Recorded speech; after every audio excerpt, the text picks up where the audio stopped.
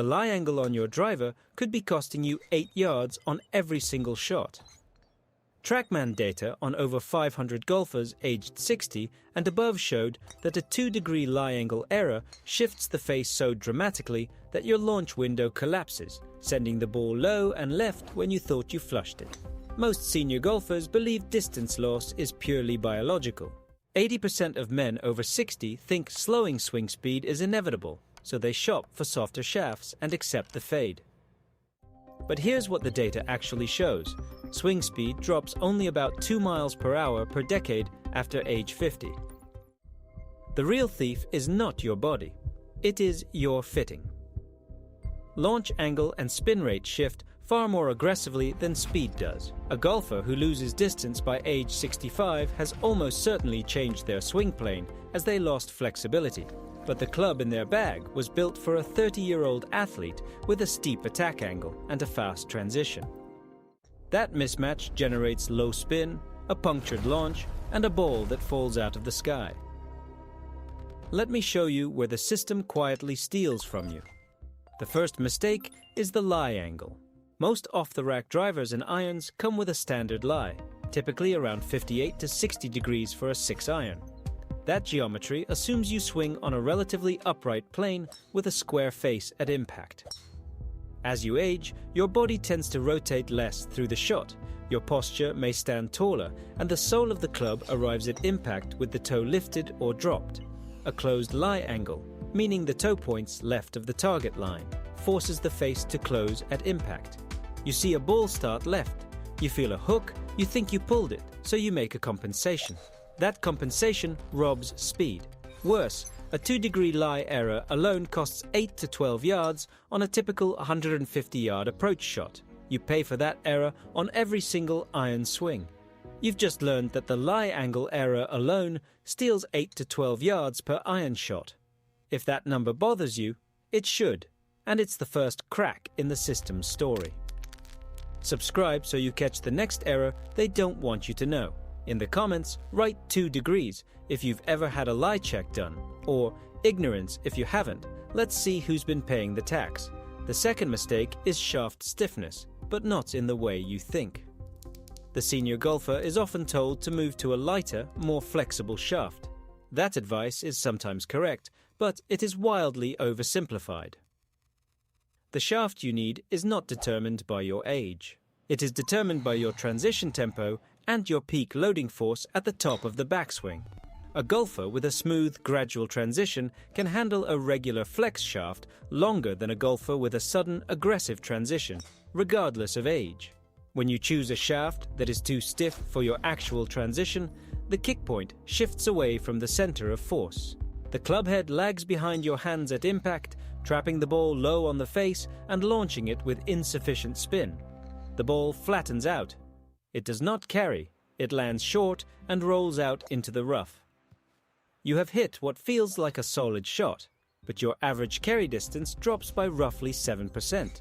Over 18 holes, that is more than a club length on every approach. The shaft weight matters even more than flex. A shaft that is 10 grams too heavy for your swing weight profile takes a measurable load off your timing, reducing club head speed at impact by approximately 1.5 miles per hour. That half mile per hour costs you about 3 yards, but more importantly, it changes your release point. You start to hold on, flipping the face open, and the fade you once controlled becomes a slice.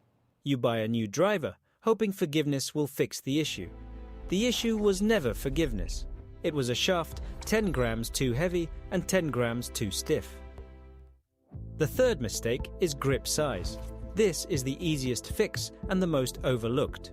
A grip that is 1/64th of an inch too large in diameter can reduce wrist hinge by nearly 4% in a controlled study of golfers over 60. A smaller wrist hinge means shorter arc, less stored energy, and a drop in club head speed at the ball. You cannot feel this loss because you have never compared. You have always gripped the same standard size mid-size that came on the club. But as hand strength and finger dexterity decline slightly with age, a thinner grip allows you to set the club earlier and release it with more freedom. You get a faster strike without swinging harder. The fourth mistake sits inside the club head itself.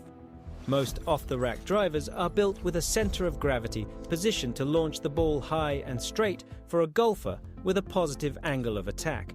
That works for a younger player who catches the ball on the upswing, but many senior golfers, especially those with a flatter swing plane, deliver the driver with a slightly downward or neutral attack angle. A low forward center of gravity on a downward strike produces a low launch with high spin. The ball balloons. It goes nowhere. You are generating the same energy you always did, but the engineering inside the club head is fighting your delivery. The distance was never gone. It was just scattered by a mismatch between the club geometry and your actual impact dynamics.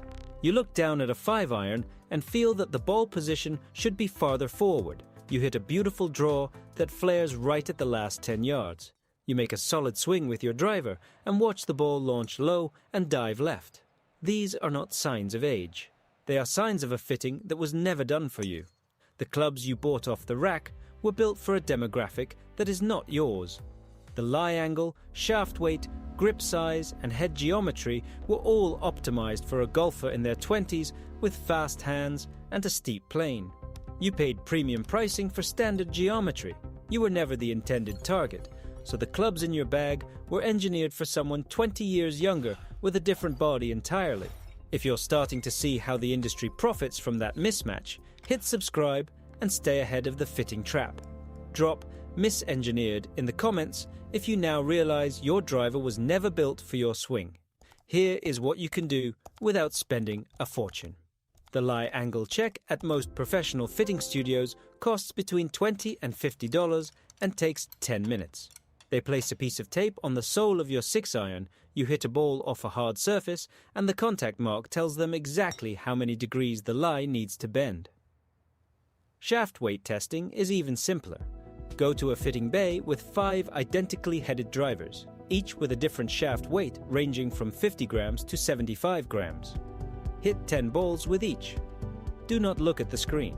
Just feel which one produces the highest trajectory, the softest landing, and the most consistent contact. That is your weight. Grip size reduction costs about $10 per club and can be done in under 20 minutes, 1/64th of an inch thinner. That is all it takes. In one study of recreational golfers 62 to 71, the grip reduction group gained 3% swing speed in 6 weeks without changing anything else about their mechanics. You do not need a new body. You do not need to accept distance loss as inevitable. You need a lie angle you trust, a shaft that launches, a grip that releases, and a head that matches your delivery. Those 4 changes can return the carry distance you thought you lost forever. The fitting industry profits from your confusion. A comprehensive fitting session at a reputable studio runs between $150 and $300. Yet most golfers in their 60s have never had one. They have spent thousands on drivers, fairway woods, and putters, each selected by feel or by a well-meaning friend, without ever seeing their own impact pattern on a lie board. The average senior golfer replaces their driver every 4 years. Over 2 decades, that amounts to 5 drivers at approximately $500 each. $2,500 spent on clubs engineered for someone else's swing. A single $200 fitting session could have saved every penny and delivered better results on the first tee. You do not need a slower swing to enjoy this game. You need a club that knows you are coming. A 6-iron bent 1 degree flat. A driver, shaft 2 weights lighter. A grip that lets your hands work the way they did 20 years ago. These are not exotic modifications. They are corrections. The ball does not know your age. It only knows the launch conditions you give it. Correct the lie, free the shaft, thin the grip, match the head. The carry distance you remember is still inside your swing. It was never gone. It was just waiting for a club that finally fit. You've just heard that 4 tweaks can give back the distance you thought was lost. If you're ready to stop blaming your age and start fixing your clubs, subscribe. We've got more data-driven dives that expose the real costs in golf. In the comments, type the exact phrase. If this resonates with you, There's a lot more where this came from. Link in the description and share which of the 4 fixes you'll try first. You stand on the practice tee the next morning. A friend asks about your new driver, and you realize you have never once asked yourself whether your current one actually fits your swing. You have only asked what the reviews say, what the sales clerk recommended, whether the brand matches your bag. None of those questions measure a single degree of lie angle. The system built around club sales depends on that gap in your knowledge. It depends on you believing distance loss is a biological sentence rather than a mechanical mismatch. It depends on you thinking a newer model forgives an older swing. But forgiveness is not distance. Forgiveness is a wider miss. Distance comes from launch conditions, and launch conditions come from geometry that matches your body right now. You already own the swing. Every round you play proves your body knows how to deliver a club. What it does not know is how to compensate for a lie angle that was set for a different generation, a shaft weight that fights your tempo, a grip that numbs your wrist hinge. Those compensations are what steal the ball speed. Those compensations are what you interpret as aging. A $200 fitting session changes more than your distance. It changes your relationship with every shot. You step up to a 150-yard approach, and you know the iron in your hand will launch where you aim. That certainty is worth more than any driver you will ever buy. The industry will keep selling you forgiveness, keep selling you lighter shafts and senior flex charts, keep telling you the loss is natural. But you have seen the data now. You know the lie angle costs 8 yards. You know the grip costs 4% of your wrist hinge. You know the shaft weight costs club head speed you still have. The question is not whether you can get it back. The question is whether you will walk into a fitting bay and let the tape on the sole of your 6-iron prove what you have suspected for years. Your swing was never the problem. The club was. The question has shifted from, can I get it back? To, will I walk into that fitting bay? Subscribe and let the channel be the nudge you need to make that appointment, because your swing was never the problem. Leave dead center in the comments when you've seen your own impact. Mark hit the sweet spot after a lie adjustment. You walk into the fitting bay and hand the technician your 6-iron. He places a strip of impact tape across the sole and points to the lie board. You make a swing, your normal swing, the one you have made 10,000 times before. When you look down, the contact mark is not in the center of the tape. It is on the toe edge. 2 degrees upright, 8 yards of distance left on every iron shot. The technician bends the hosel 1 degree flat. You hit again. This time, the mark sits dead center.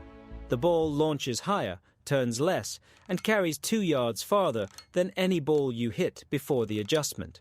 That was 10 minutes and a $30 fee. No new club, no stronger grip, just geometry that finally matches your body. You walk out of that studio with a receipt that changes nothing about your swing, but changes everything about how far the ball travels. You have learned the most expensive lesson in golf. The distance was never gone. It was never biological. It was never inevitable. It was always just a lie angle and a shaft weight and a grip size waiting to be corrected. Now it is.